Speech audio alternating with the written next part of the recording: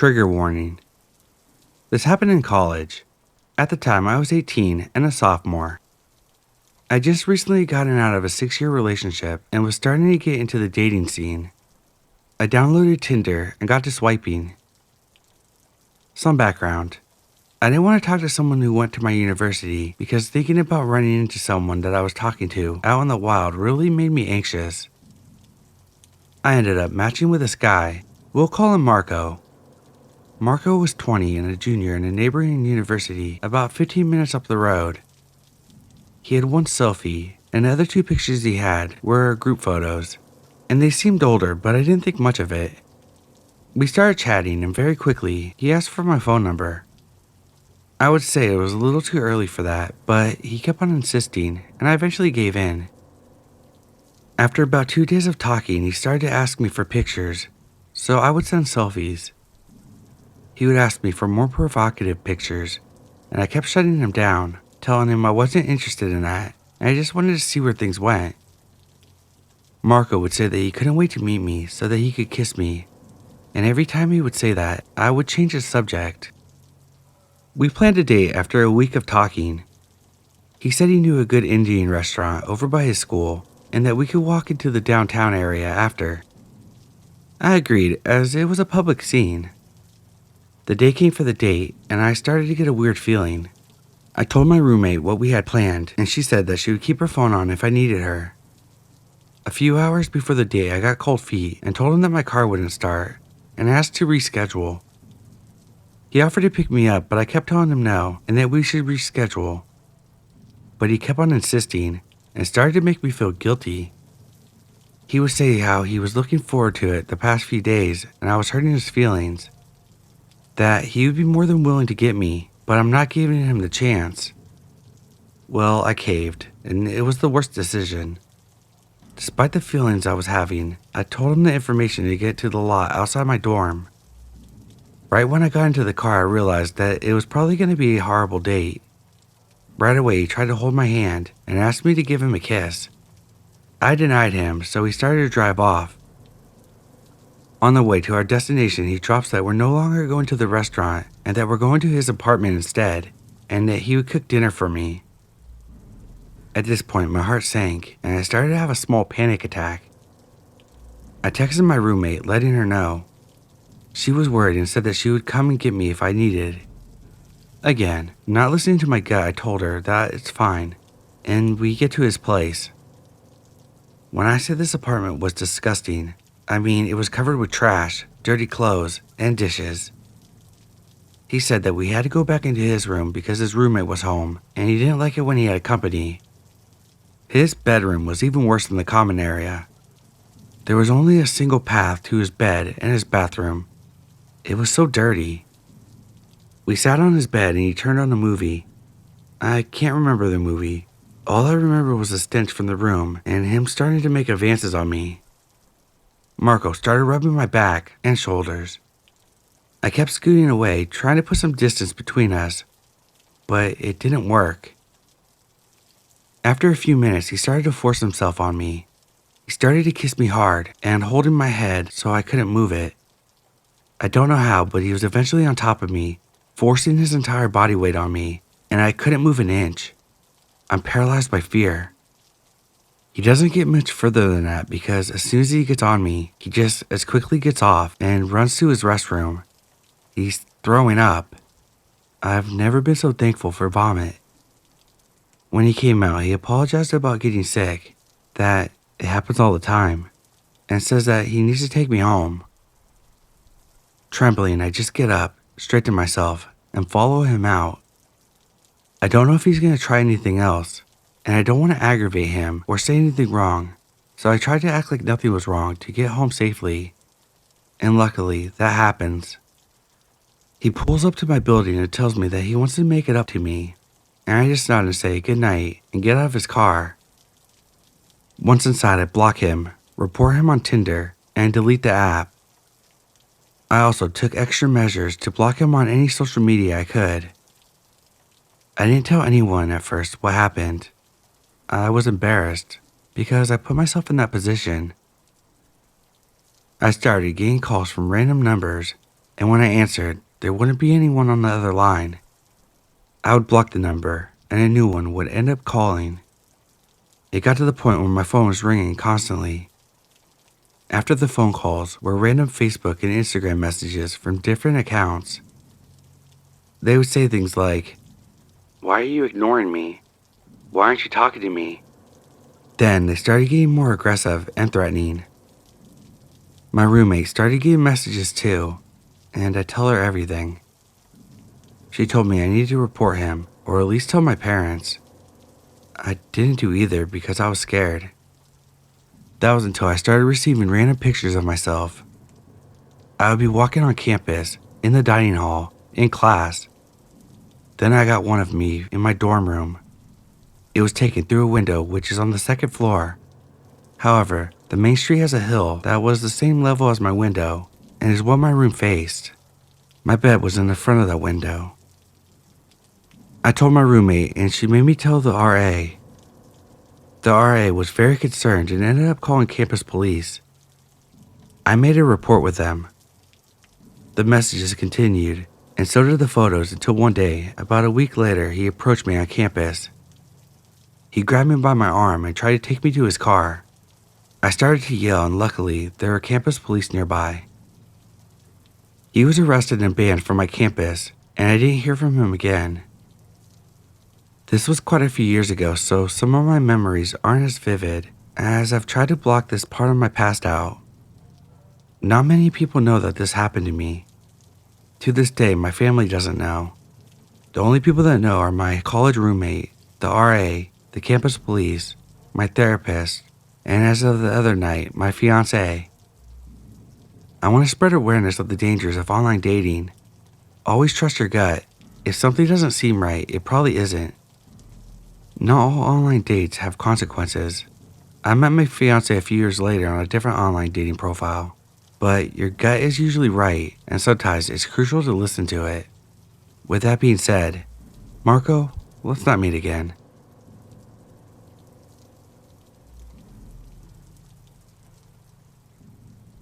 First of all, this is a story of my worst hitchhiking experience. This incident was sketchy, but I still wouldn't give up my love for hitchhiking. I'm a 21-year-old man from Finland, 20 at the time. Anyway, to the story. This happened on the 2nd of December last year in Kalamata, Greece. I had been hitchhiking for quite a while at this point. I had started from Budapest and had hitched through 7 different countries with only positive outcomes. The story begins around 11 a.m. on a Saturday. Some hours before, I had woken up in my hammock that was hung up behind castle ruins, and the only place that had trees that wasn't someone's olive trees. I was tired from the lack of sleep caused by the cold night and early wake up by noises of a busy market across the street. After a quick tour of the town and some breakfast, it was time for hitchhiking. I made a sign with the words Athens and Sparta in Greek. I was standing by a road leading to a roundabout where the first exit goes towards Aripoli, the second towards Sparta, and the third towards Athens. A lot of cars drove by, but nearly all of them took the first exit. It took at least an hour for the first car to stop. It was a small, quite old, worn-out white car, driven by an older guy, around 60, who looked a little dirty, greasy hair, some teeth missing, and a big nose filled with visible blackheads. He didn't really speak English, but I understood that he was going to Sparta. I was a bit frustrated to the fact that pretty much all the cars were going towards Aripoli, so I thought this might be my only chance and I jumped in. We were trying to have a conversation, but without a shared language, it isn't really possible. We introduced ourselves and I tried to explain where I'm from. He smokes and offers me a cigarette, but I refuse. We drive just shy of 6 kilometers before the guy suddenly makes a left turn, and we end up in his yard. He stops the car, gets out, and signals me to follow, so I do. I take my bags and feel a bit confused. It's a small house on a mountain surrounded by sheep and olive trees. There's a dog sleeping in the sun, but it doesn't seem to be bothered by us at all. We walk to this balcony terrace that surrounds his house. I put my bags inside his house and join him sitting on the balcony. He lights up another cigarette and asks me if I want something to eat, or maybe take a shower. I refuse, and with the help of Google Translate, I ask why we aren't going to Sparta. He answers that I can sleep at his house and he'll drive me tomorrow. I try to explain that I would like to get to Sparta or even Athens today, so staying at his place isn't really an option. I'm pointing out that there's not many cars going past his house, like one every 15 minutes, and only 4 or 5 hours of daylight left, so every minute is valuable to me. He doesn't really seem to understand, so I get up and walk through the door and grab my bags. I put my backpack on and pick up my other bag. I turn over to see him inside. I try to walk out, but he stops me and guides me to the side. He locks the doors and turns to me. At that moment, I'm not panicking or anything, because I assume that this is some form of hospitality, and he's just doing this jokingly to offer me some food. I keep saying no to him, but he doesn't care. Now he's standing right in front of me, and I'm starting to feel really disturbed by his presence. For some reason, I keep staring at his blackhead-filled nose. That image still haunts me. He opens his mouth and raises his right hand in a loose fist in order to show me some blowjob motion. I'm still saying no to him. He suddenly grabs me by the crotch, and I could feel the cold tingling sensation shivering through my body as my hair stood on end. I keep telling him no and start to raise my fist in order to hit him. We stand like this for a couple of seconds and, thank God, he lets go. I'm still feeling the urge to hit him, but I don't. He asked, "No sex?" And I almost shout no at him in a tone that makes it sound that I'm questioning the question itself. He opens the door and I'm free. I walk out feeling so fucking creeped out by this experience. I walk past the dog on the road and I see 2 pickup trucks on the side of the road. The trucks were surrounded by a group of hunters carrying shotguns on their shoulders. This instantly makes me feel a lot safer. I keep walking down the road for a while before a car passes by. It's quite warm and I'm in the middle of nowhere. So I empty one of the water bottles and turn it upside down, showing it to the cars passing so that they would think that I'm out of water. That works and the second car stops. I get to Sparta and later that day to Athens safely, but I felt disgusting until I got to take a shower.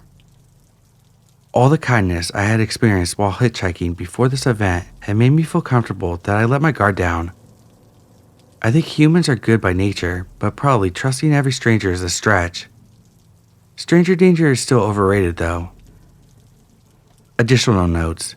I'm quite a lean guy, and not strong, so I'm lucky the situation didn't end up worse. Though, I think I could have beaten that very lean shepherd grandpa.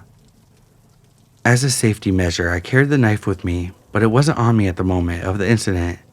Also, the knife could have made the situation worse. Obviously, I wouldn't have stabbed him unless it was necessary. My mind was running like 1,000,000 miles an hour during and after this experience, and I thought about how everything could have turned out in the worst case.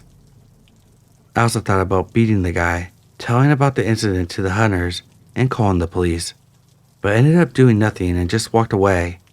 Hope karma gets to him eventually. After this experience, I still think hitchhiking is the best way of traveling.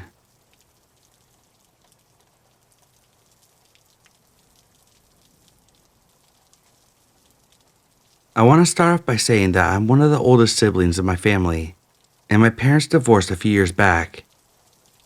My mom is one of the strongest women I know. After the divorce, she found someone that was loving and treated us as a family. She met him at an event, and it seemed like they were soulmates. At first, I thought it was meant to be, and they were perfect for each other. He had been so supportive of her, and great to my younger siblings. As one of the older siblings, I brought it on myself to do some research on the guy, just to make sure there weren't any red flags. After looking into it, I found an account with a picture that suspiciously looked like him. After finding this, I brought it to everyone's attention. The account was a sexual account linked to him. I couldn't believe it. I brought it up to my mom, just to be pushed away. A couple months went by just like normal, and we all kind of forgot. Recently, I decided to look up that username on other sites such as Reddit, and I was shocked. What I found was unsolicited pictures of my mom posted for meetups. He was a completely different person than what we knew. He was sneaking explicit pictures of my mom online to meet up with other people. Of course, when I found out, I showed my siblings. With all this proof, we brought it to my mom sobbing, "You have to leave him." At first she was on board and blocked him. More and more came out about the person he truly is. My mom started to distance herself from him. She confronted him, and he denied it until he said he would kill himself. Soon after she left town, he found out where she was staying at. He called her hotel phone all night long. In the phone calls, he was yelling, "Answer the phone, bitch. I know you're there. Why are you ignoring me?" As the phone calls were falling on deaf ears, he decided to act on it. At 6 a.m., I got a call from my siblings to check the blink cameras at my house. He decided the best way to handle the situation was to come to the house and try to act crazy and scream into the cameras while playing creepy music at 1 a.m. He ended up stealing the cameras and saying that he was going to throw the cameras in the river. Of course, I woke up extremely concerned and immediately thought he messed with our family dog. Thankfully he didn't and just took the cameras. I proceeded to call the police and get them back while she was out of town. The cops said he seemed off and that she should get a restraining order. After this event, he called my mom and gaslit her. He came to her and said that he's been blacking out and can't remember the events. Sadly, she took his side and believed him. He went on to say that he didn't remember posting her without her consent and that it was his other personality. She completely believed him and wanted to help him as she thought he was mentally unwell. His devious gaslighting plans had worked. There's no way he's telling the truth. I'm so scared that he's gonna hurt us. I don't know how to get rid of this guy. I'm terrified they will get married soon. Any suggestions will help.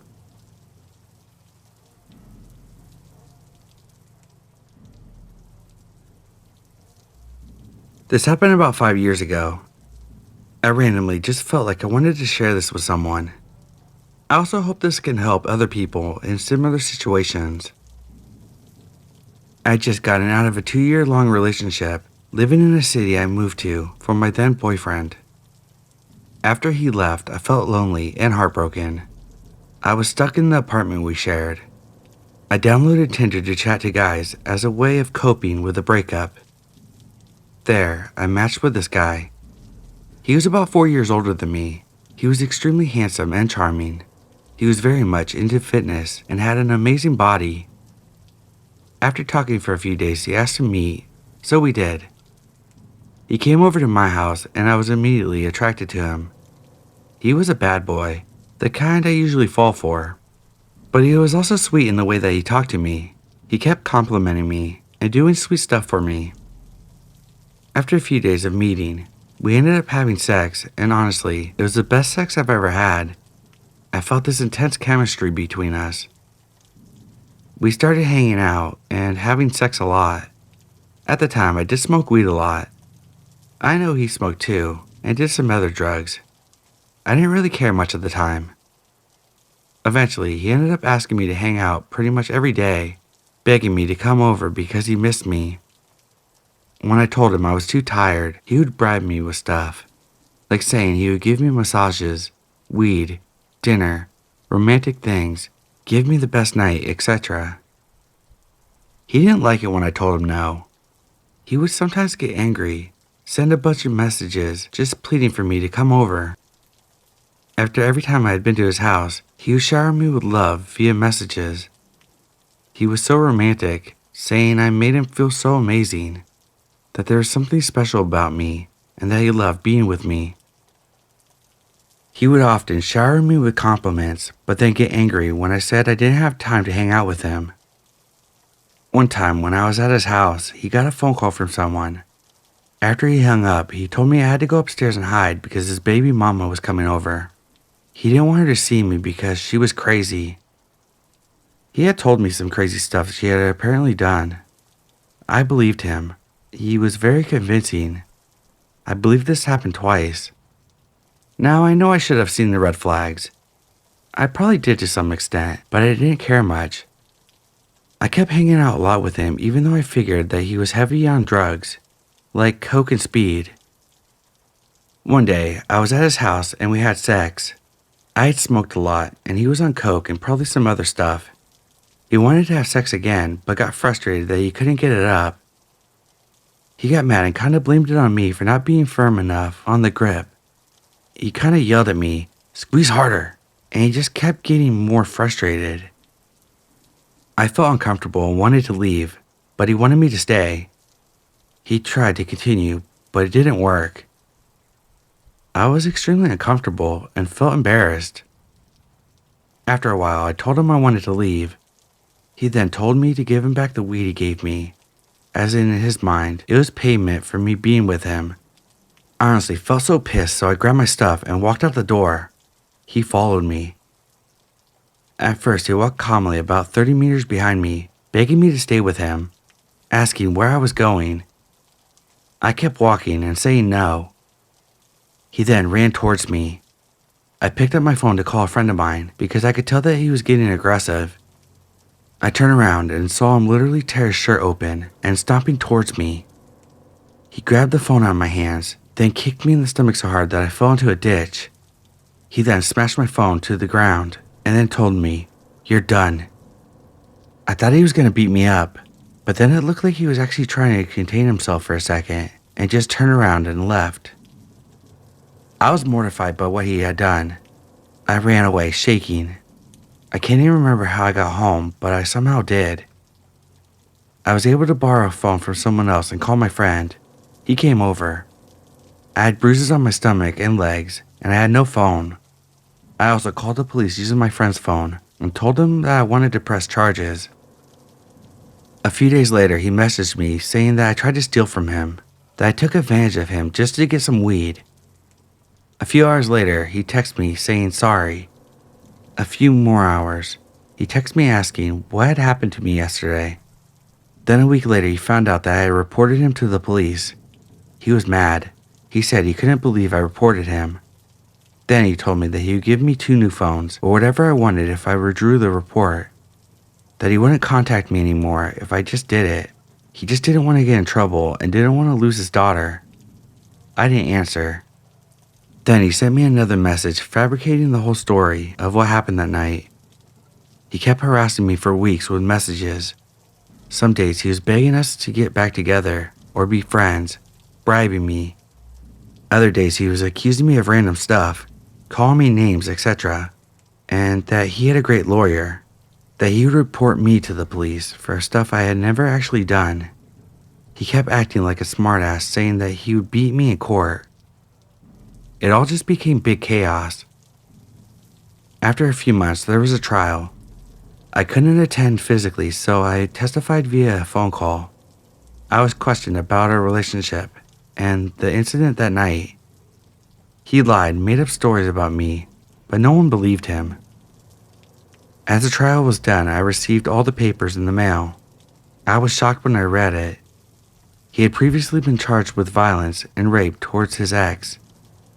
Apparently, there was also an incident where he forced his ex-girlfriend to touch him while multiple other men watched and videotaped her. There were other girls too that had experienced similar things. Stuff like robbery, weapons, fights, violence, and torture. You name it. He had been in jail multiple times. I had no idea I was dealing with such a dangerous man. I'm pretty sure he is a psychopath. He has no understanding of what he has done. The sick part is, I recently came across a post of him on Facebook. Apparently, he is pretty popular with women lately on Snapchat and Instagram. He posts stuff about his life, wanting about being beaten up by random men, being tortured, robbed, etc. That people followed him with guns. I have learned the reason why he keeps getting beaten up by people is because they know what he has done. He posted pictures of himself in the hospital to make people feel bad for him. And they do. He makes women feel sorry for him. He says people lie and make up stories about him, and he gains pity. He then posts all the sweet replies and messages girls send him, saying stuff like he feels so grateful for all the support. He's extremely good at manipulating people. I honestly feel lucky I got away at the time I did, and that it didn't escalate any further. I checked his Facebook and apparently he has a girlfriend now. I pray he doesn't hurt her in any way.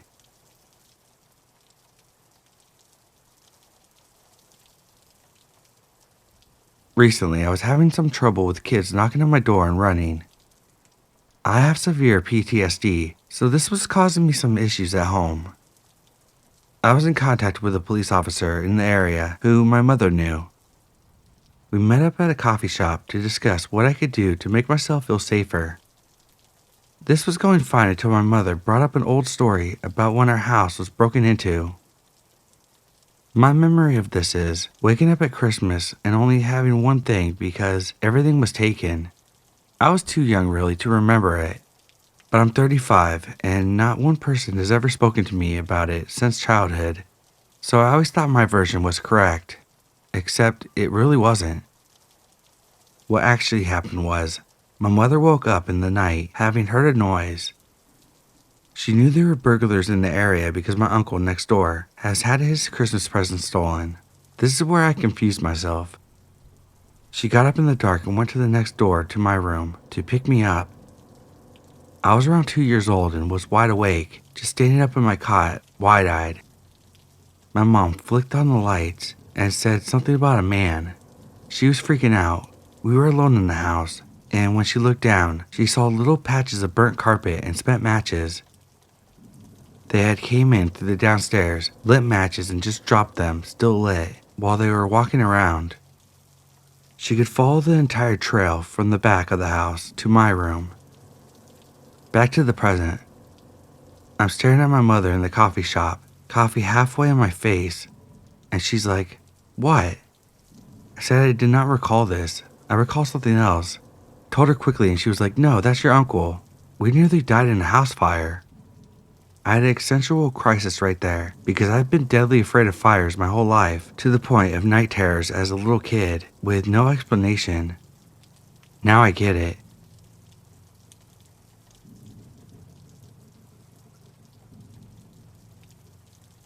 We were on a road trip from Queensland and back. We were in no hurry, so we were taking the scenic route. At one stage, we pulled up to a truck stop on a highway that ran alongside the forest. It was a very isolated place. We were sitting there trying to get my son some snacks and have a break when someone pulled up behind us. The guy inside sat there for ages, just staring at us, and I said to my husband, "This guy's creeping me out. Let's go." So we started to pack up and the guy got out. He was walking towards us as we got into our car. Before we knew it, he was there, and he asked for a cigarette. My husband said that he only smokes rollies and that he didn't have one rolled. The guy said, "I'll wait." He never said more than that the entire encounter. He leaned in and just stared at me with the creepiest predatory look I've ever seen, and this weird-ass grin the whole time, keeping one hand behind him. Suddenly, he leaned right into the car, and at that moment, my 2-year-old said hi. The guy backed away like his ass was on fire, didn't wait for a cigarette, just bolted back to his truck and took off. We always thought he had bad intentions and didn't realize that there was a kid in the car, and when he did, it threw him maybe. We both agree that that was the creepiest encounter of our lives, and we're pretty sure of his intentions. The really creepy thing is it wasn't until we were driving away that we realized we were in the Blanco State Forest where serial killer Ivan Mallet had buried his victims. There was always a theory that he didn't work alone and that one of his brothers was involved. Who knows?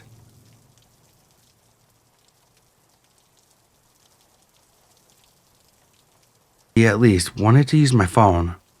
I told her that she's not allowed to use my phone due to the airport security rules and that she could use a payphone if she wanted to. Of course, she didn't have any money with her, and I was not allowed to give her money. Since she showed aggressive behaviors towards me every time I insisted on talking to the police, I finally decided to do it secretly and brought her some food and water before going to the police. When I arrived at the police station on the transfer floor, the policemen were taking advantage of the calm night, resting. When I told them about what happened to me and pointed to the woman, they told me that it was just one of the refugees coming to our country, and that's why she was acting like that, because she wanted us to let her enter illegally. They didn't take it very seriously, and unfortunately, I had to leave without a solution. When I went back to the woman, I realized that she had not touched the food or water I had brought her, and repeatedly refused to consume them with fear in her eyes. I decided to have a conversation with the woman, so not to be too judgmental. When I asked her name, she gave me a very strange answer that I've never heard before. It was like a name from some ancient language, and even now I don't remember exactly what she said. When I asked her where she came from and where she was going, she said she didn't know. To get this information, I took her boarding pass and her passport from her hand. I don't remember exactly, but she was coming from an Asian country, and her next destination was not written on the boarding pass, so her ticket was only valid until here. I decided to end our conversation, which was not very productive, and leave her alone to observe her from a distance. I go back to my station for some paperwork and decide to take care of it in the meantime. Later that morning, around 6 a.m., my other colleague was due to arrive at the station to take my shift. I was going to exit the door where they were going to enter, and before I left, I decided to stop by again on my way to see this strange female visitor. When I went up to her, she was holding a book in her hand. It was a book with a very old cover and yellowed paper, but I didn't understand what was written in it until she pointed at me and called me over. Even then, I didn't understand it. It was a book written in alphabets I don't know, in a language I didn't know. I don't want you to think I'm making this up, but it was a book with strange figures of people and other drawings. This woman pointed to one of the drawings and said, "This is how they do this." They do what like this? I was confused. Can you be a little bit more specific?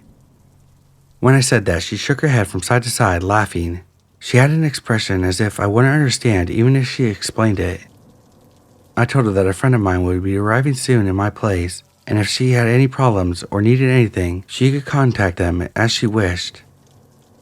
I gave her directions to the restroom, where she could get some food, the police station, and the ticket office. After a few seconds of looking at my face, she thanked me in tears and took my hands with both of hers and looked at me in the eyes. I didn't know exactly what happened to her, but at that moment my heart broke and I put my hand over hers and nodded. It was time to leave when my friend, who was coming behind me to take my place, touched me, and I introduced them to the woman and secretly informed them about the situation. My friend told me that they were going to take special care of her. When I woke up the next day, I texted my friend and asked them how she was doing. They told me that after I introduced them to her, they left to take care of another passenger, and that they never saw her again for the rest of the day. They said when they asked the passport police and ticket offices, they told them that they were busy enough as it is and that they don't pay much attention to people and brushed them off. I never saw this woman on my next shifts, and I've never heard from her again. Still gives me goosebumps when I remember it. I would be interested in your comments on the incident, if there's anything I missed or you want to ask.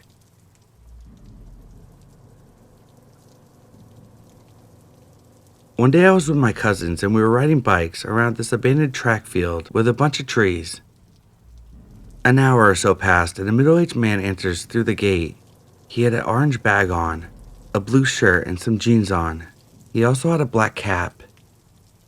He sits down on the log and watches us the whole time. Me and my cousins were obviously creeped out, but just ignored him. He seemed to be eating food or whatever, so we just thought he was minding his own business and we were just being paranoid. After like 3 hours, we were pretty thirsty and tired. There's a store right around the corner where we can get snacks and drinks, so we decided to leave. It was getting late anyways. Mind you, the man was still there just watching us. While leaving, I ran over a rock and my bike leaped forward, almost knocking me off my bike. I laughed it off and we went on. Once we reached the store, I reached into my pocket for my phone. It wasn't there. I asked my cousins if they had it. They said no. So I frantically told my cousin to run back and check if I dropped it. And he did. He came back about 5 minutes and there's no sign of my phone. I start freaking out. I run back to the track field to look for it myself. I searched the grass, the trees, everything, but I still couldn't find my phone. Then I realized something. The man was still there, watching me frantically looking for my phone. He just sat there and stared at me. Both my cousins come back from the store, and find me still looking for my phone. My older cousin finally pulled out her phone and tries to track mine down. Thankfully, I always have my location on. The GPS on her phone showed that my phone wasn't far away from me, and it was still where I was at. I was about to declare victory until my cousin whispered in my ear, "What if that guy has it?" The idea wasn't completely absurd to me. He was actually sitting in the area where my phone claimed to be, according to the GPS, but I just brushed it off and told her that I wasn't going to accuse a random stranger of stealing my phone. She calls me stupid and we keep searching. As I was still searching, my bigger cousin kept a close eye on the guy, which he was still just chilling over there. A few moments later, he starts walking away. My cousin looks down on her phone. Right when he started moving, my phone on her GPS started moving as well in the same direction. So my cousin tapped my shoulder and showed me what was happening. I started to freak out. My heart dropped. I didn't have any idea what to do in this situation. My cousin ended up telling me to confront him, or I would never get my phone back, that we can't let him leave because it was my phone after all. So I did just that. I slowly ran up to him and politely approached the man. "Excuse me, sir, have you seen a pink phone anywhere?" He slowly turned around and just looked me up and down with this sinister, mocking, smirking look on his face. He denies that he's ever seen my phone and started to walk away. "The GPS is literally moving once he started walking again," my cousin says. At this point, I'm pissed. Not the fact that he took my phone, but the fact that he lied to my face. He looked me dead in the eyes and told me that he hadn't seen my phone. I gave him a chance to come clean. I could have been aggressive, but I wasn't. I was polite and patient, even though he was the one with my phone. At this point, I was pissed, so I scream, "Hey, stop!" He stops in his tracks, but slowly puts his hand in his pocket.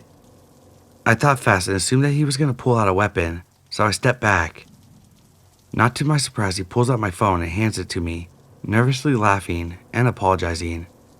"You're lucky we didn't call the cops," my cousin said.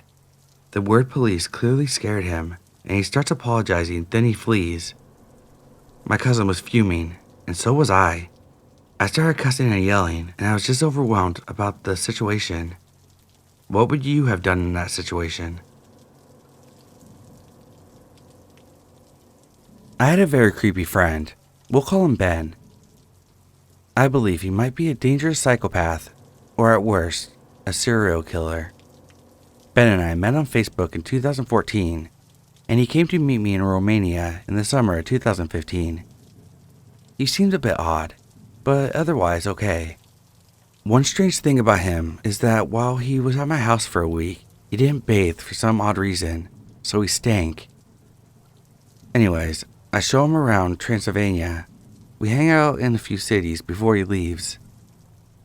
Our friendship continues online, and in 2016, I moved back to Canada. In May of that year, I fly over to Vancouver to hang out with him. Now, it's important to know, this guy is a major gun nut. He collects a lot of firearms and claims to have briefly been in the Canadian Army. He also claimed he worked as a mercenary and was in Georgia during the Russian invasion in 2008. He claimed he shot 2 people there and also suffers from PTSD. I get there and his apartment is filthy. I'm talking trash everywhere. 2 cats that made the place stink of cat piss. This guy kept his lights on 24/7, and on his wall was a clock that played a loud tune every hour. His behavior towards me while I was there was somewhat disrespectful, but I just took it as a buddy messing around with me. He said mildly creepy things, but again I brushed it off as him being a prankster. I leave and again our friendship continues online. During this time, his conversations with me become darker and more hostile in a passive-aggressive sort of way. Ben is also a hardcore alcoholic who drinks until he passes out. He does all sorts of antisocial and downright vile things while drunk. Also during this time, 2016-2017 period, he said that 2 men briefly lived with him for a short time. When I pressed him about what happened to those 2 men who had lived with him, he changed the subject quickly. After what happened in 2018, when I last met up with Ben, gave me a strong suspicion something bad might have happened to them. So fast forward to 2018, and me and my parents are driving to Vancouver from Calgary. Perfect time to meet up for a day or two with Ben. Big mistake. And we met up at a bar near his house. We have a few drinks and he goes home for the night. The next day we meet up and his behavior towards me is disrespectful in a passive-aggressive way and extremely creepy. And he's very subtly disrespecting me to all his coworkers. He's putting me on the spot and trying to make me look stupid to everyone around. He was a supervisor, so no one was going to say anything. This man is obviously a psychopath. This is where it gets to the point where I believe my life is in danger. We go back to his place. He's drinking a beer and rolling a joint. A movie is playing and Ben is getting tipsy. He's basically now adopted a speech pattern in our conversation where I feel as though I'm being interrogated or toyed with. He's playing a video game on his computer. I'm watching a movie. By this time, I'm feeling very uneasy. My gut instinct is telling me to leave. Generally speaking, you always listen to your gut instinct. That primal thing inside of you that's linked to fight or flight is best to be obeyed. Now, as the day progressed and as Ben was becoming drunk, he starts saying very weird things. He was mumbling about, "I don't care for anyone but myself. I don't give a shit about people." There's a loaded shotgun beside the table. He looks at his computer screen and starts mumbling about being a madman with a gun. A few minutes later, he turns to me and says, "Hey, what if I put some MDMA in your drink?" Followed by, "Haha, I'm just kidding." The cat and mouse game continues. He's now talking about knowing a guy who is HIV positive and how he's going to get that guy to give him an infected needle to inject himself with HIV so he can live off government benefits for the rest of his life. This guy is fucking unhinged. I'm sitting there in disbelief at how vile this guy really is. I want to leave, but I also don't want him to know that I'm ready to go. It's an awful, vulnerable feeling. He has another beer and turns to me. I'm now feeling very uncomfortable. The talk is now about food. He turns and looks at me straight in the face and asks, "So, if it was your last meal, what would you have?" He had a stone-faced look mixed with a little bit of malice. I knew I had to flee. My heart was pounding. I needed to make my move. With adrenaline rushing through my body, I tell Ben in a very calm manner that the weed I had is making me feel funny and I need to get a bit of fresh air. I quickly put on my shoes and leave before he has any chance to stop me. He makes me promise I'll be back. I go downstairs into the sunlight. I feel like an animal that just escaped slaughter. The place I'm staying is not too far from Ben's house.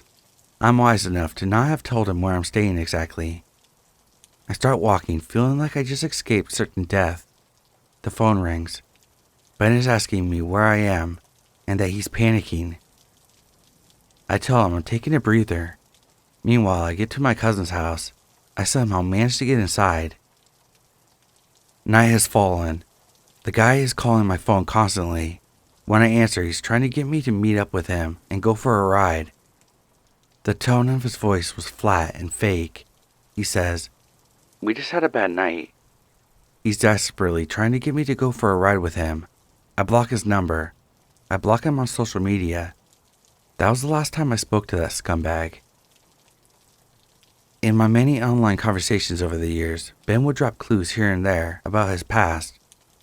They did horrible things during his supposed gig as a mercenary. He would go on drunken tirades about bad man having done bad things. Deep down, I think he is a psychopath, a potentially dangerous one at that, and I just hope he never murdered anyone, other than the 2 people he allegedly shot while on combat duty. Vancouver is a sketchy place full of missing people. I guess we'll never know.